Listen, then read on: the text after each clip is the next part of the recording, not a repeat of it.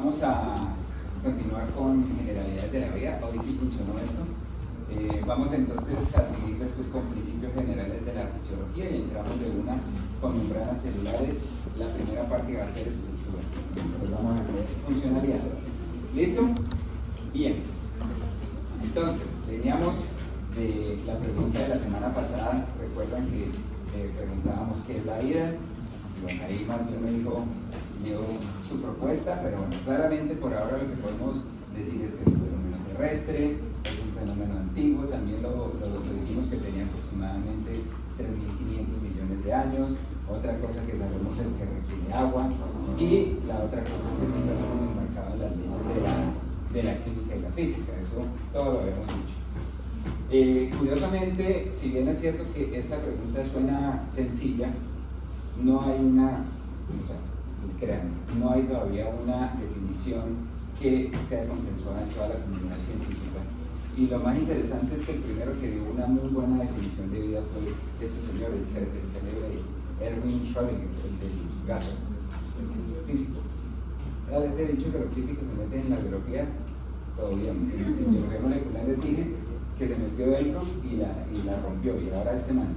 En este librito que se llama What is Life? The Physical Aspect of the Living Cell, el hombre se atrevió a dar dos propuestas, es decir, que para que algo sea vivo es un fenómeno, debes tener un fenómeno codificado genéticamente, y luego dijo que eso muy probablemente esa información venía en cristales aperiódicos, y la otra cosa que dijo era que era un fenómeno que genera orden del desorden, o sea, él se refería a este terminito tan horrible que llaman entropía, pero pues todos sabemos que esto es el metabolismo.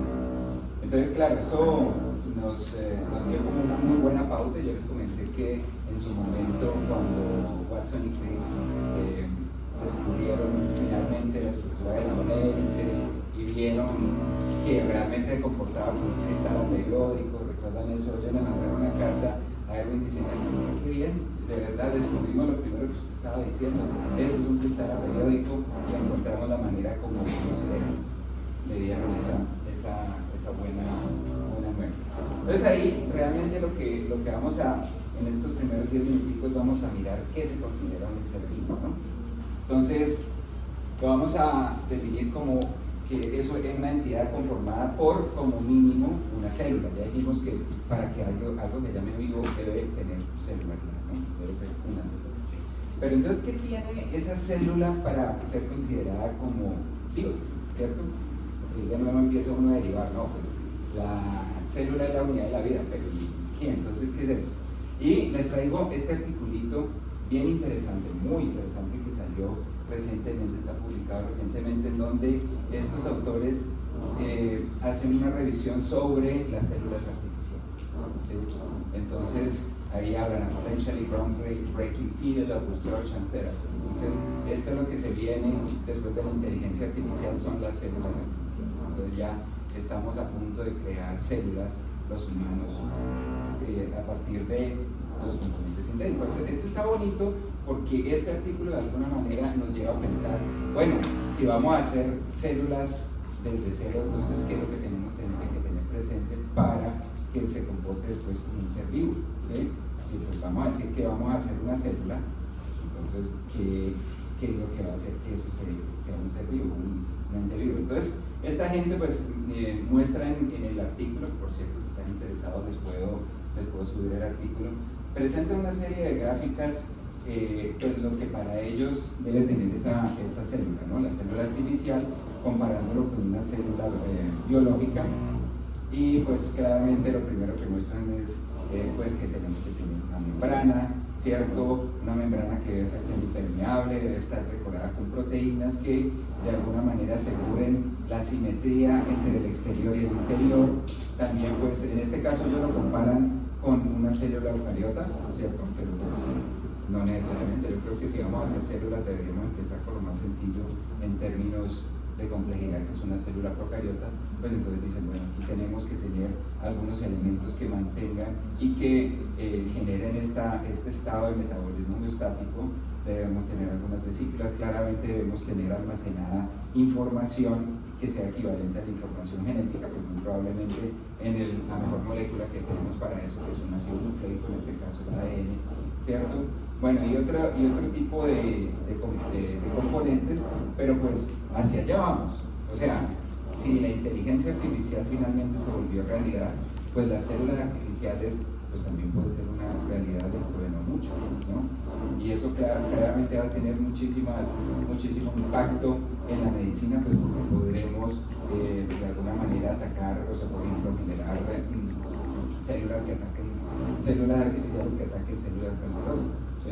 Esto se está haciendo mediante ingeniería genética, pero si lo podemos crear desde cero con nuestro diseño particular, pues es algo bueno. Y les digo que si esto ya se está publicando así, no estamos muy lejos de llegar al punto de tener células artificiales. ¿Y qué era lo importante de la inteligencia artificial? De lo que han leído ustedes. ¿Ya han escuchado qué fue el punto clave en la inteligencia artificial cuando se diseñó finalmente cuando se llegó al clímax de la inteligencia artificial? ¿Qué es lo que ustedes han escuchado que fue la clave ahí? ¿Qué fue la inspiración de toda esta gente que diseñaron eso? ¿Sí se escucha bien?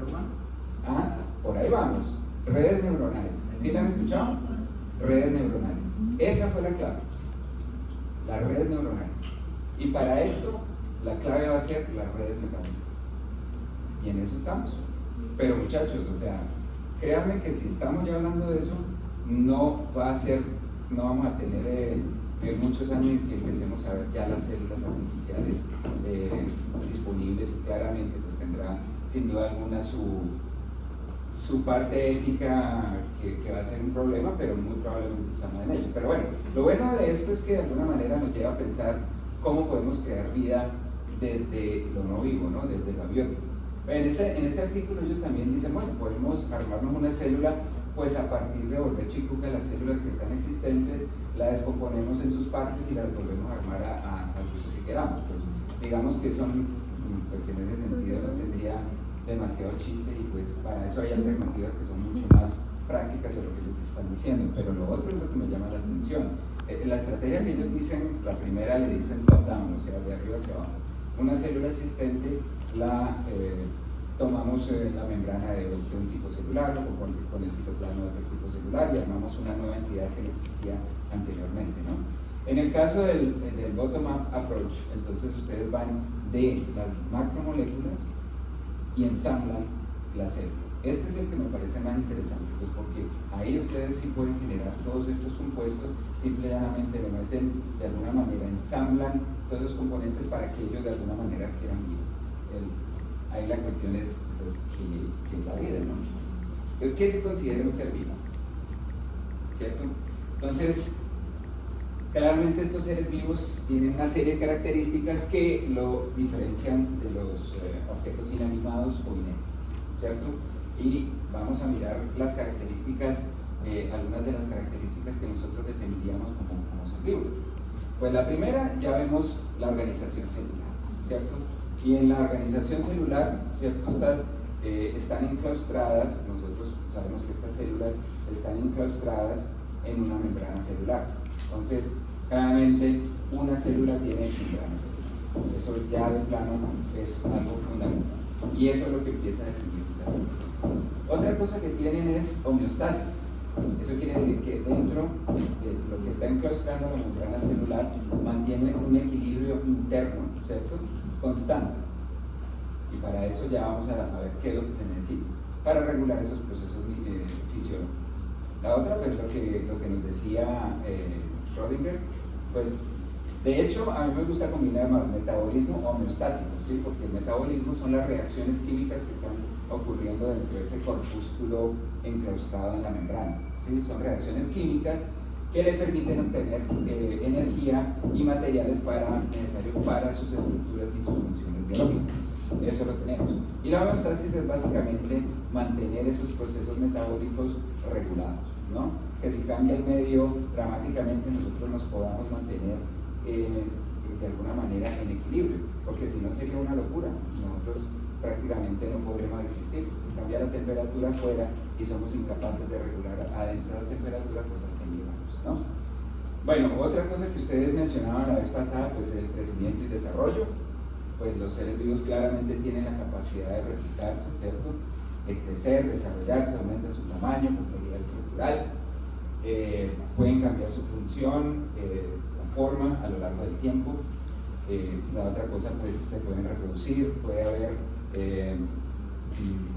producción de individuos ecológicamente individualizados, se pueden generar nuevos seres vivos por división. Algo muy importante es que la vida presenta adaptación y evolución, ¿sí? Entonces a un medio ambiente que esté cambiando, pues los seres vivos, muchos de ellos van a morir, pero hay otros que por mutación pueden adaptarse a ese medio y pueden prosperar, ¿sí? Entonces esto es lo que ha permitido la evolución. Pues nosotros lo vemos todo el tiempo y lo vemos sin saberlo, de lo que está pasando, por ejemplo, en el hospital, ¿no? Con las bacterias que están ahí, que están apareciendo cada vez bacterias resistentes, y estas bacterias resistentes porque se las está exponiendo a retos con los antibióticos, y muchas veces esos antibióticos no se toman de la manera correcta, entonces permite que la bacteria evolucione y se adapte a ese nuevo reto ambiental. Esto son, digamos, pilares en la definición de un ser vivo. Es algo interesante. Vamos a ver las siguientes figuras, solo para verlas, ¿sí? Nos vamos a hacer una introspección, vamos a ver las siguientes figuras y después les tiro una preguntita.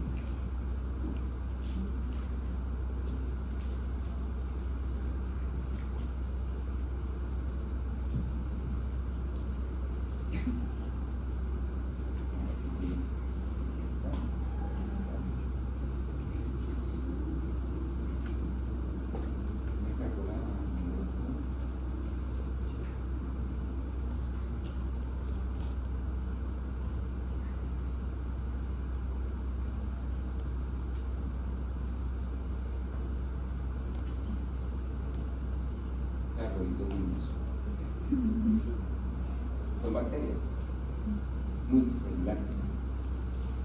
Esto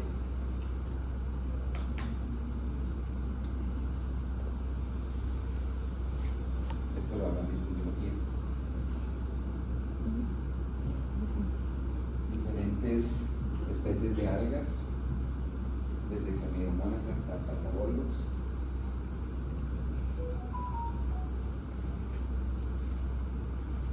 Este es el animal más sencillo que existe en el planeta Tierra. Claramente parece un escupitajo, pero no lo es. Trichoplaxaderens únicamente tiene dos capas luminales. Tiene ectodermo y mesodermo nomás. ¿Pero qué es? O sea, ¿eso qué es? ¿Porque es un animal? Sí, es el animal más basal que existe. Es un multicelular, pero es animal.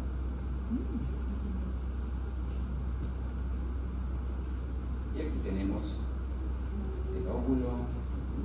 ¿Conocen esta figura? ¿Cuál es? ¿Cómo se llama? ¿Ah? ¿Quién pintó esto? ¿Cómo se llama el hombre de? El Da Vinci. Y aquí tenemos. Bueno, ¿hay algún principio común que puedan decir de todo esto que estuvimos viendo? Desde esa E. coli que se mostró al principio. Esta es una E. coli, ¿cierto? Microscopía de barrido. Esta es una E. coli en microscopía electrónica de transmisión. Este es un esquema de lo que sería la E. coli ya vista en sus componentes en detalle, ¿cierto? Con el nucleoide, con el nucleoide, ¿cierto? Un citoplasma reteteado de moléculas, no es como la pintan muchas veces, que a mí parece como si fuera una piscina a las 6 de la mañana, sino es una piscina a mediodía, ¿cierto? Están todas las moléculas empaquetadas en ese coloide que es el citoplasma. Vemos la membrana, vemos unas estructuras auxiliares, ¿cierto? Los flagelos, vemos las fibras, o sea, esto está ya muchísimo más en detalle, ¿no? Y aquí será el punto. Aquí ya vemos una amplificación zoom para ver la estructura flagelar, ¿cierto? Aquí vemos la pared celular, vemos los dos tipos de membranas, de nuevo vemos aquí el nucleoide, vemos los ribosomas en plena transcripción, pero lo vemos súper empaquetado, y esto fue lo que les mostré aquí con esta figura. Es una simulación de lo que está ocurriendo en el citoplasma de nuestras células, y vemos todas las macromoléculas que hay ahí. Muchas de ellas claramente son enzimas, son proteínas, y esto parece realmente un Transmilenio a mediodía, eso un metrolínea, ¿cierto? Ahí están colisionando completamente. Esto es algo impresionante, pero a pesar de eso, la cosa es regulada, o sea, no crean que eso es algo totalmente aleatorio, pero realmente hay orden a pesar de que se vea el desorden, ¿sí? Vemos también en esta figura ya una comunidad microbiana. Recuerden que estuvimos hablando poblaciones y comunidades, ahora vemos una comunidad microbiana, ¿sí? Vemos en un pedazo de suelo que se analiza, entonces que vemos diferentes tipos de microorganismos que están interactuando el uno con el otro. Aquí vemos algo que normalmente no se cuenta, ¿cierto? Y es que pues uno tiende a ver la bacteria como una colonia creciendo ahí independientemente, pero resulta que las bacterias también pueden formar cuerpos fructíferos, así como un hongo cuando forma una estructura, la estructura del champiñón que a veces vemos.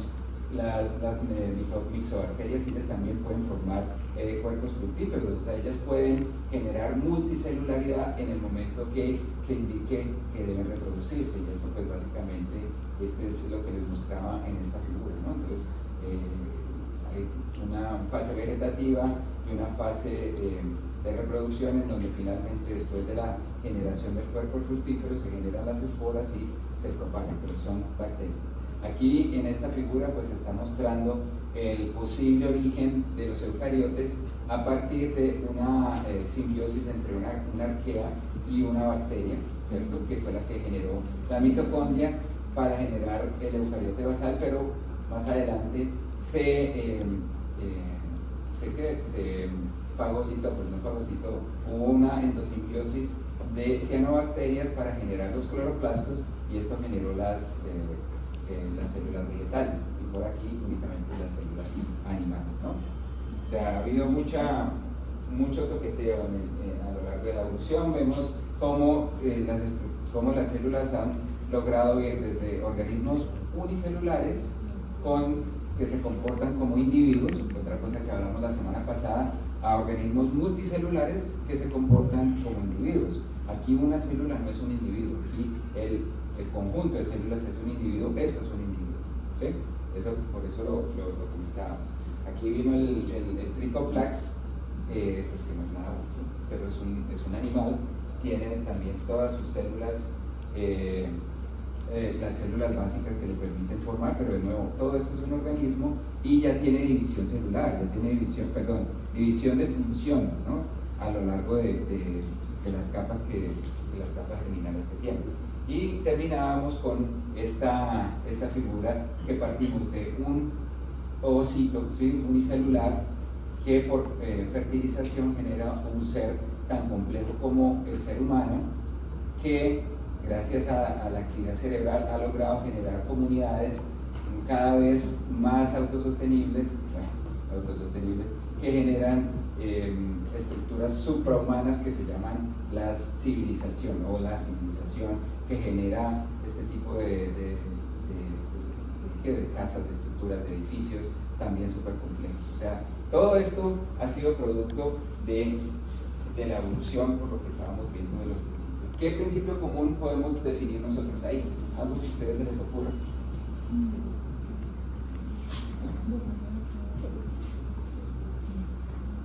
¿Qué les ocurre? ¿Qué puede haber ahí? Que es algo interesante, ¿no? Pues porque piensen en esa célula artificial, piensen en lo que les estaba diciendo.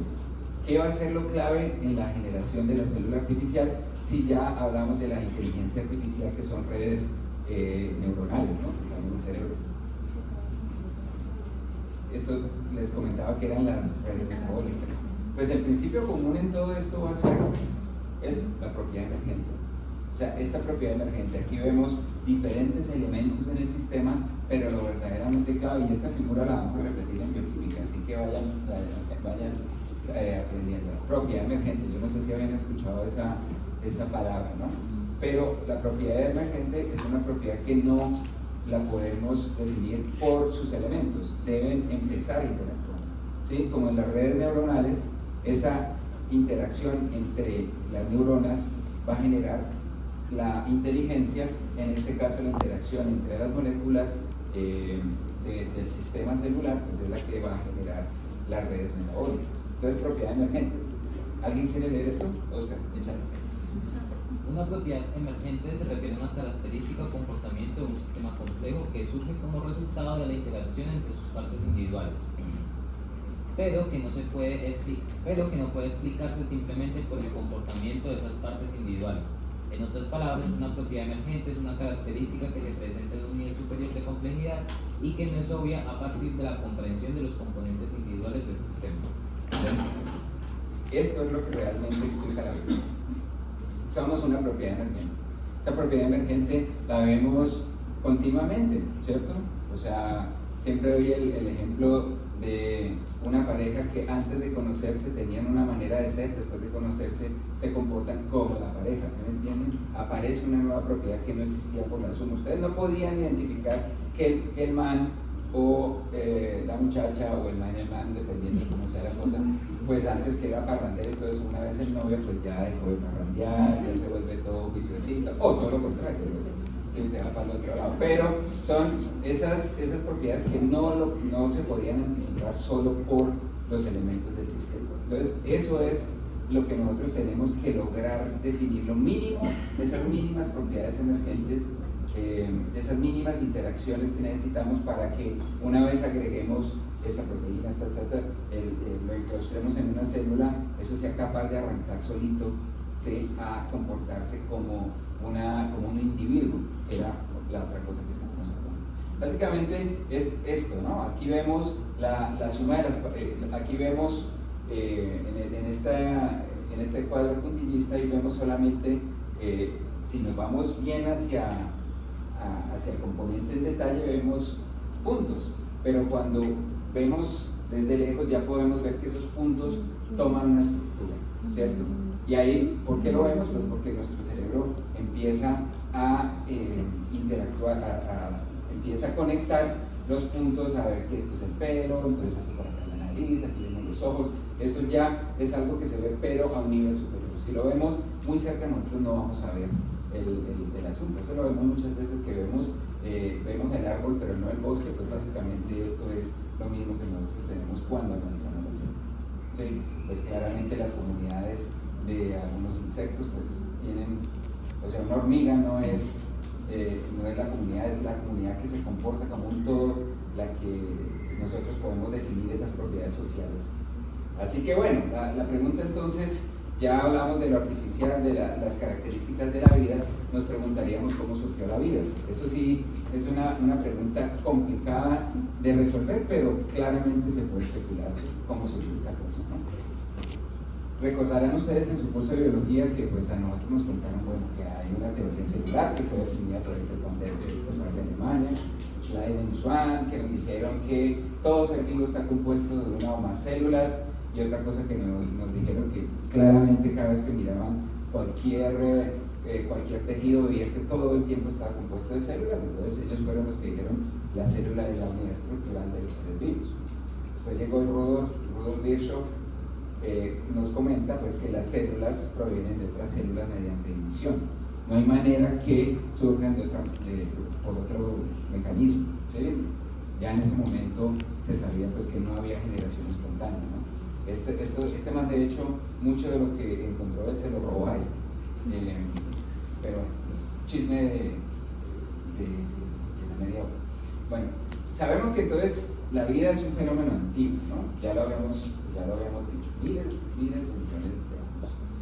Pero lo que sí es cierto es que lo que tenemos que pensar es que en algún momento, a pesar de que la célula proviene de otra célula, muy probablemente ocurrió en la historia de la Tierra un momento en donde debió haber generación abiótica de la vida. O sea, que teníamos era simple y llanamente los componentes de que ahora actualmente podemos definir en una célula. En ese momento existían separados y de alguna manera se generó una organización precelular que se consolidó en una organización celular. Y eso ya lo había dicho aquí el Barbas, el viejo Charlie, ya dijo, pero, qué gran sí. Pudiéramos concebir en algún pequeño estanque cálido con todo tipo de sales de amoníaco y fósforo, luz, calor, electricidad, etcétera, presentes, que se formara químicamente un compuesto proteico listo para sufrir cambios aún más complejos. Esa es la célebre sopa primigenia de la que él hablaba, ¿cierto? Que a partir de esos componentes hubiera surgido la vida. Eso ya lo había propuesto él. Claramente es algo difícil de evaluar experimentalmente porque muy probablemente la vida le tomó muchos millones de años para tener un experimento exitoso.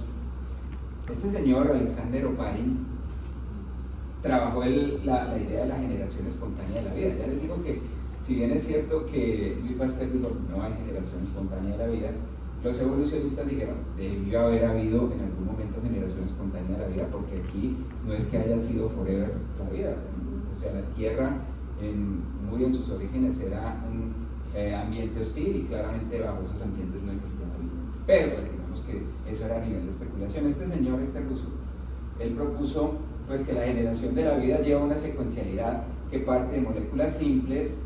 De esas moléculas simples se generan biomonómeros, de esos biomonómeros aparecieron macromoléculas que generaron polímeros complejos, y esos polímeros complejos de alguna manera se ensamblaron en las redes metabólicas que estamos hablando, Hans, y finalmente eso quedó enclaustrado en una membrana y generó una célula. O sea, casi que la gente que está trabajando ahorita en células artificiales está tratando de resolver qué es este cuento de las redes metabólicas y cómo podemos hacer una red metabólica autosostenible. Eso es lo que está trabajando. El tipo entonces propuso esto. Y claramente ahí la gente dice, no, pues no jodido, porque ¿cómo vamos a hacer un experimento desde aquí hasta acá sin tener el tiempo que se necesita para poder ver si sí funciona? Pero lo que sí fue bien interesante es que esta primera parte sí se descompuso y se logró definir que sí podía existir. Ese fue el célebre experimento de Stanley Miller y Urey, en donde ellos utilizaron un sistema cerrado con gases que se supone que existían en ese momento en la atmósfera primitiva de la Tierra, dándole una fuente energética, una chispa, metano, amoníaco, agua, hidrógeno, ¿cierto? Lo pusieron a reaccionar en esta bomba aquí, junto con la fuente de energía, y empezaron a evaluar qué productos podían discriminar en esta parte que era la trampa, que veía a ver si aparecía una molécula más compleja. La pregunta de ellos es, a partir de moléculas simples, ¿será que podemos obtener moléculas mucho más complejas? Y en este experimento ellos lograron obtener aminoácidos. Y lo interesante fue que lo lograron obtener en una semana. O sea, bajo estas condiciones, cuando ellos observaron, mire, esta es una cromatografía en papel, tomaban parte de tomaban una alícuota de lo que se producía, de lo que caía en esta trampa, lo pasaban por la cromatografía y ya les salían aminoácidos, algo que era muy interesante porque sabemos que los aminoácidos son parte de qué biomolécula. ¿De qué? De las proteínas, parte de las proteínas. Entonces imagínense, o sea, realmente, si bien es cierto la vida es improbable, no es imposible, ¿no? Y ahí es donde viene la gente que está trabajando en exobiología. Ellos dicen, bueno, esto de que sea improbable quiere decir que muy probablemente nosotros tenemos en otros planetas una situación similar. Mientras se tengan las condiciones necesarias para poder generar estas biomoléculas y se logre llegar al punto de tener redes metabólicas, muy probablemente ahí se encuentra vida, aunque no sea demasiado expandida en todo el universo, pero segurísimo que hay vida. No necesariamente que sea más compleja que la nuestra, o puede ser que sea más compleja que la nuestra, pero no es loco. O sea, la química ya nos está demostrando que sí es posible generar, sí es posible generar moléculas complejas a partir de moléculas simples, que eran los primeros dos postulados de Oparin. sí se puede generar. De ahí para allá ya toca guerrearla un poquito más, pero que se puede crear, se puede crear.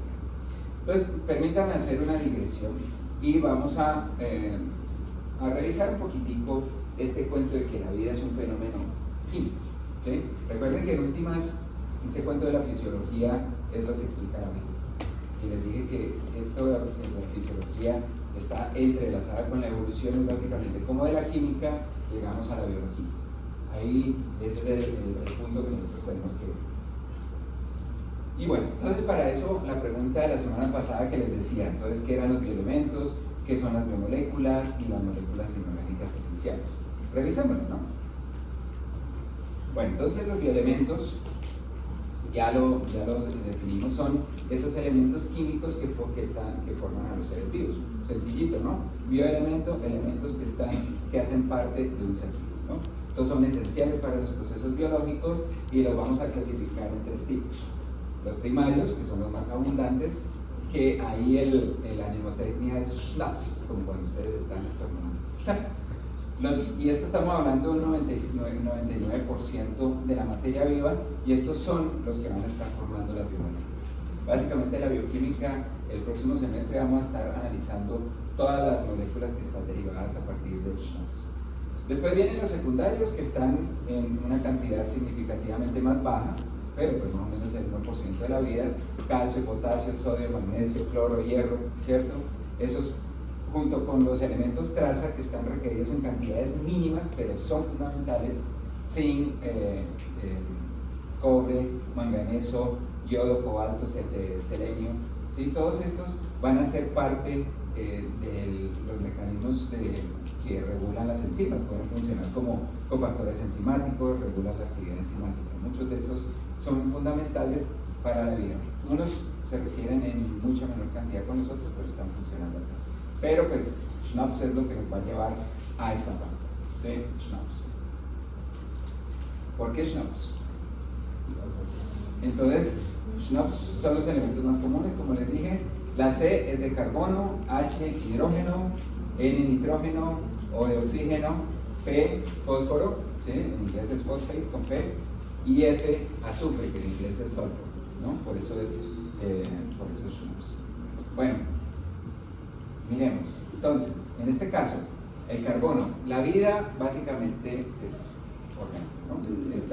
Las biomoléculas que vamos a ver en un segundo, pues son ante todo moléculas orgánicas. Ya vamos a hacer una pequeña revisión de qué es una molécula orgánica. Entonces la vida está basada en moléculas de carbono, ¿cierto? Y esto pues va a formar las 4 principales biomoléculas que tenemos en la vida, que son los carbohidratos, ¿cierto? Los ácidos grasos, los ácidos nucleicos y los aminoácidos. Esos son las 4 biomoléculas que están formando. Entonces el carbono es fundamental en eso. El hidrógeno pues hace parte de esas 4 moléculas. Además lo encontramos en el agua, que por cierto el agua no es bona fide una biomolécula, pero sí es una molécula inorgánica esencial para la vida. Le cuento que incluso con eso hay gente que dice que sí lo es, pero no se toma. Se diferencian las biomoléculas de las moléculas inorgánicas esenciales en que las biomoléculas las vamos a dejar para el mundo orgánico, de la química orgánica, ¿cierto? De moléculas orgánicas. Entonces, van a ser parte fundamental del agua y de moléculas orgánicas. El nitrógeno también es fundamental, pues hace parte de los ácidos nucleicos y de los aminoácidos. Recordarán pues que los ácidos nucleicos en sus bases nitrogenadas, pues adivinen que tienen nitrógeno, ¿no? Por eso llaman nitrogenados. Y pues en los aminoácidos el grupo amino tiene el nitrógeno como su átomo fundamental. El oxígeno, pues ¿qué podemos decir? Nosotros, ante todo, la vida para nosotros depende de oxígeno de forma molecular, pero no necesariamente todos los seres vivos necesitan oxígeno en forma molecular para vivir. Muchas veces el oxígeno es tóxico para ellos. Hace parte del agua y también hace parte de los grupos funcionales que están presentes en la atmósfera. El fosfato, pues también lo encontramos, el fósforo, perdón, lo encontramos como parte del fosfato en los nucleótidos, ¿sí? Hace parte de los ácidos nucleicos y también es un elemento fundamental de regulación enzimática de las proteínas, ¿sí? Como fosforilación de fosforilación. Y el azufre lo vemos representado ante todo en los aminoácidos cisteína y metionina, y que son claves para conferir ciertas estructuras robustas como los enlaces disulfuro entre la cisteína. Esos son nuestras moléculas, nuestros elementos, bioelementos claves para formar las biomoléculas. ¿Listo? Bueno, entonces aquí viene otra digresión, la segunda digresión de la clase. Vamos a hablar de qué es una molécula orgánica para que lo recuerden. Entonces, ya dijimos que para nosotros los vamos a tener como los ladrillos constituyentes de los seres vivos. Ahora ya les hago esta pregunta, aquí, ¿cuál de estas dos moléculas es orgánica? ¿Por qué? Porque el átomo principal es el carbono. El otro es más desconocido. Este también tiene carbono, mira. No, porque es por la Pero unión no, que O sea, tiene. este y este, ¿cierto? Tienen el carbono como su molécula. Pero bueno, vamos a la otra. ¿Qué es una molécula orgánica entonces? Ellas van a tener carbono, eso estamos de acuerdo, y en ese orden de ideas el CO2 entraría, pero resulta que no, porque para definirlo como tal se deben presentar enlaces con átomos de hidrógeno. A partir de ahí ya tenemos que la molécula es orgánica. Este metano es una molécula orgánica. 1, 2, 3, 4 enlaces con el hidrógeno. ¿Es esta una molécula orgánica? ¿El ácido carbónico? Que el ácido carbónico, de hecho, cuando nosotros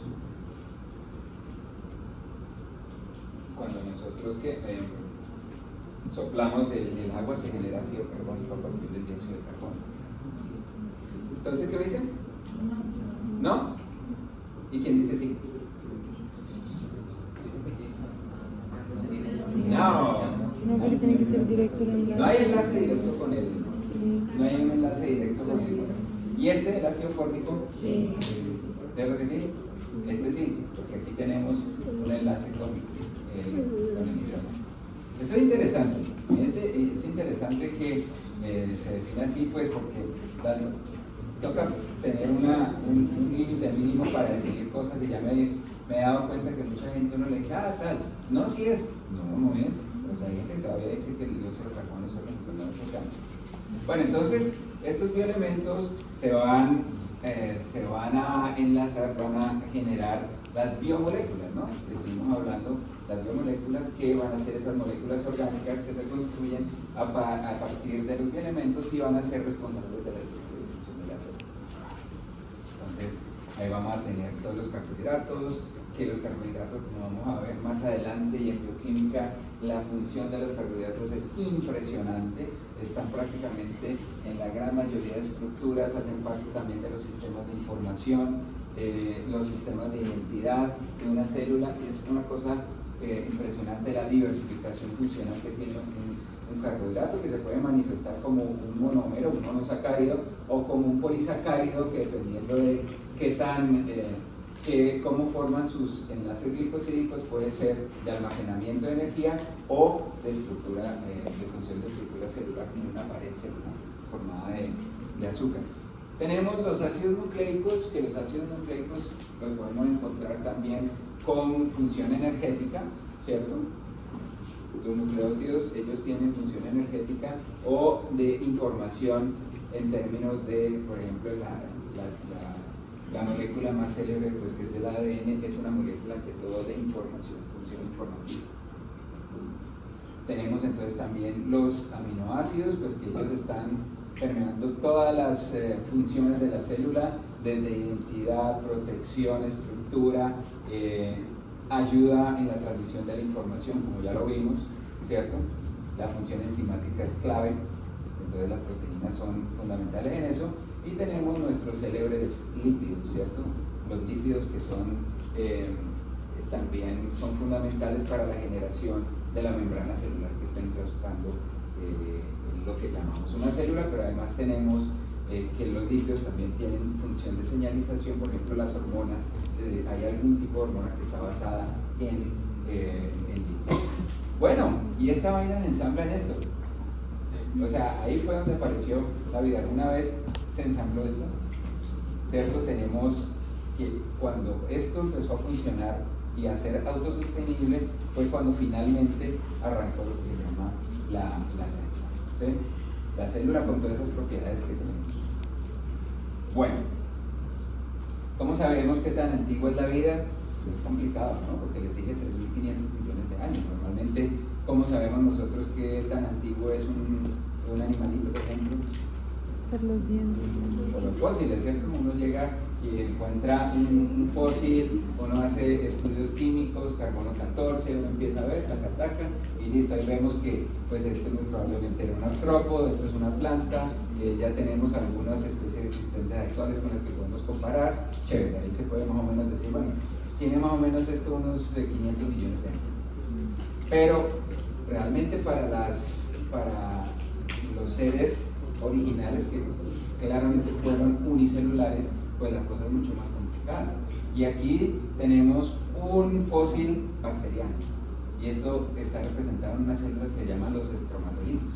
Esas bacterias que vivían en tiempos más o menos de 3.500 millones de años, simple y llanamente iban muriendo y formaban capas que iban generando esta estructura, que son estructuras de células. Sabemos que son células porque se puede identificar químicamente que ahí hay biomoléculas o derivados de esas biomoléculas, y claramente ahí tienen esta formación.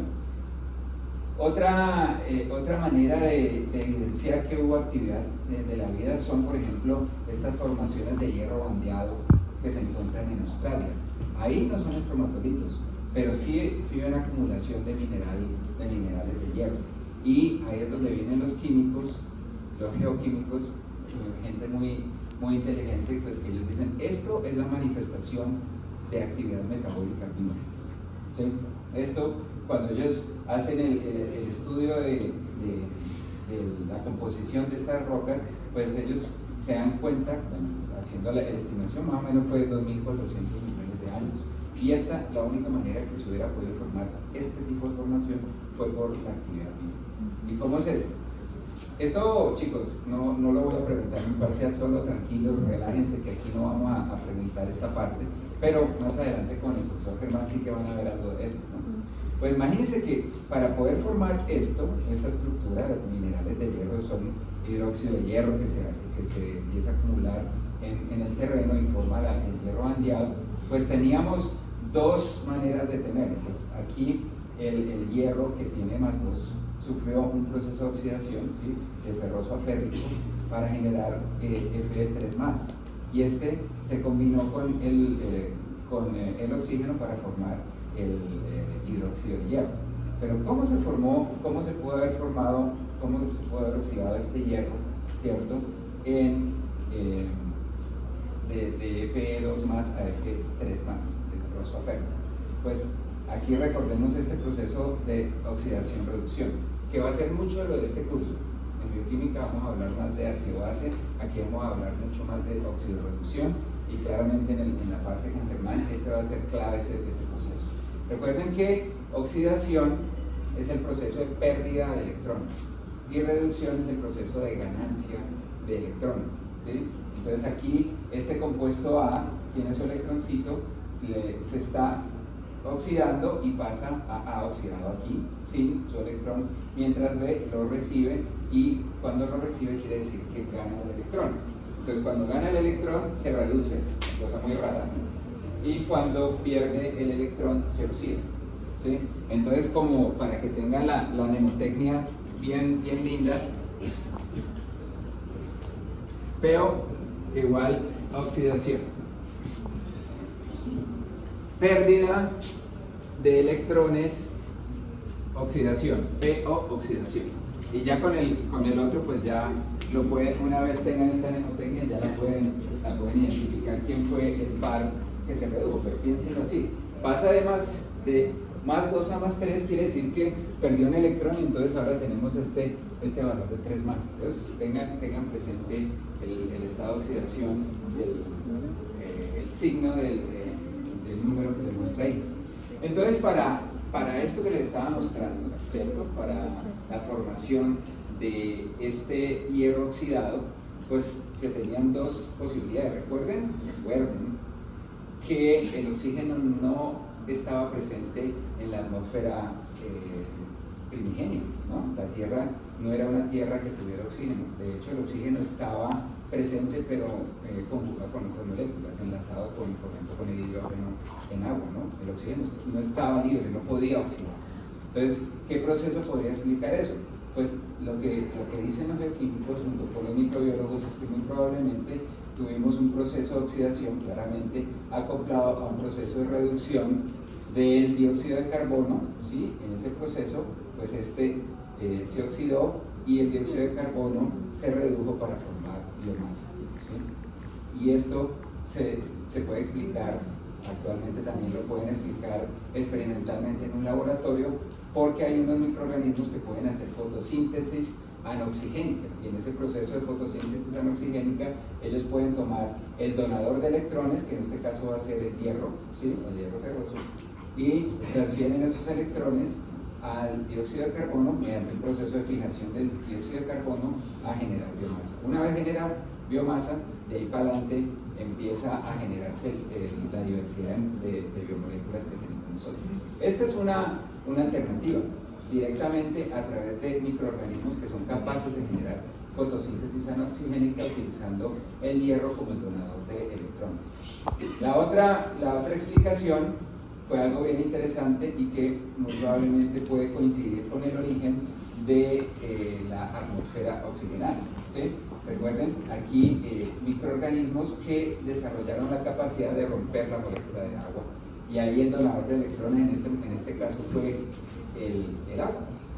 Entonces el agua se quedó en los electrones, en el proceso de oxidación del agua se genera oxígeno molecular, y los electrones se utilizan para reducir el dióxido de carbono para generar biomasa.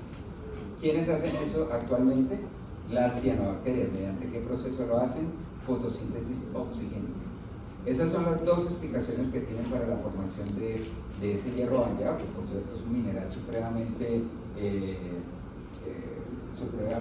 requerido, ¿sí? Eso, mejor dicho, lo extraen con una avidez impresionante. Pero bueno, estos organismos, las cianobacterias, aprendieron a extraer protones del agua, y ese proceso de oxidación del agua para reducir el dióxido de carbono es un proceso energéticamente favorable, y lo hicieron estas cianobacterias. Y con eso, pues el oxígeno, ahí sí, el oxígeno liberado directamente puede oxidar el hierro ferroso para hierro férrico, y se genera agua otra vez. Entonces, estas son las dos grandes explicaciones. Y esto también coincide con el tiempo en que se supone que evolucionaron las cianobacterias en ese proceso.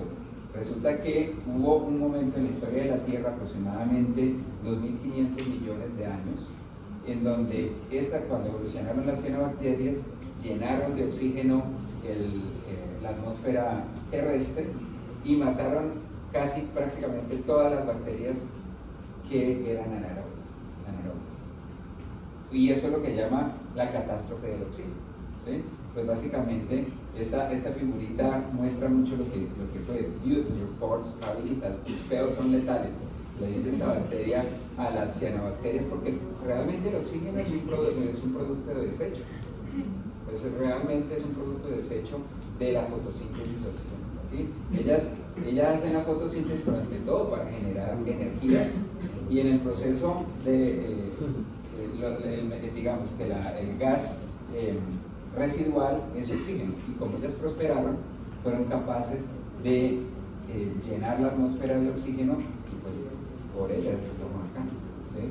Por ellas es que nosotros vivimos, gracias a que ellas destruyeron la gran mayoría de bacterias que existían en el ambiente anoxigénico de la Tierra.